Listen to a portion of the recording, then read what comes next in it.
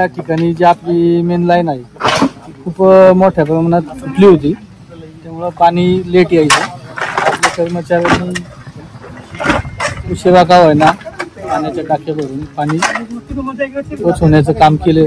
तर हे काम लिकेज काढायचं काम चालू आहे. हो ना, आता हे काय शेवटी असे छोटे मोठे ॲक्सिडेंटलच विषय आहे. लाईन फुटणं हे काय थोडंसं होतच राहतं.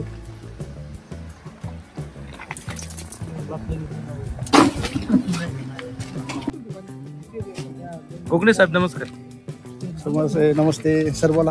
हे कशा संदर्भात काम चालू आहे? हे अनेक दिवस ही पाईपलाईन फुटलेली होती, त्यामुळं या ठिकाणी गढूळ पाणी येत होतं आणि जो पाण्याचा दाब आहे तो गावच्या टाकीत जात नव्हता. पाणी समजा जर 4 तास पाणी जर चालू ठेवायचं असेल तर 8 तास लागायचे, कारण पाणी जात नव्हतं. आणि इथं मोठ्या प्रमाणावर लिकेज असल्यामुळे सर्व पाणी याच परिसरात जायचं, या विहिरींमध्ये जायचं. त्यामुळे ग्रामपंचायतच्या लाईटचा अपव्यय व्हायचा, लोकांना नागरिकांना पाणी मिळत नव्हतं. शिवाय काही ठिकाणी गढूळ पाणी यायचं. परंतु दिवाळी असल्यामुळे ते लगेच कामकाज ग्रामपंचायतीने घेतलं नाही, कारण दिवाळीत नागरिकांची गैरसोय नको. आता दिवाळी झाल्या स्वतः उपसरपंच घोडेकर इथं हजर आहेत आणि त्यांनी ह्या कामाला सुरुवात केलेली आहे. मला असं वाटतं की आज बहुतेक घोडेगावचं पाणी बंद असेल ना या कामामुळं. तर नागरिकांना विनंती आहे की काम मोठ्या प्रमाणावर आहे, त्यामुळे जरा थोडंसं सहकार्य करावं. आणि आजच्या आज हे ग्रामपंचायत प्रतिनिधी आणि सर्व कर्मचारी स्वतः हजर आहेत आणि ते जास्तीत जास्त लवकर हे काम कसं होईल याच्यासाठी प्रयत्नशील आहेत.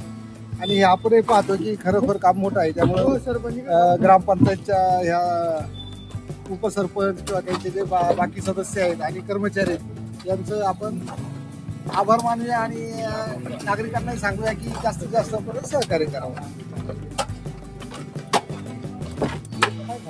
आता आपण पाहिलं की आज नागरिकांना पाणी नाही, त्याचं कारण हे आहे की या ठिकाणी नदीच्या शेजारी त्या बाजूला एक मोठी पाईपलाईन आहे, मेन लाईन, ते तुटलेली आहे.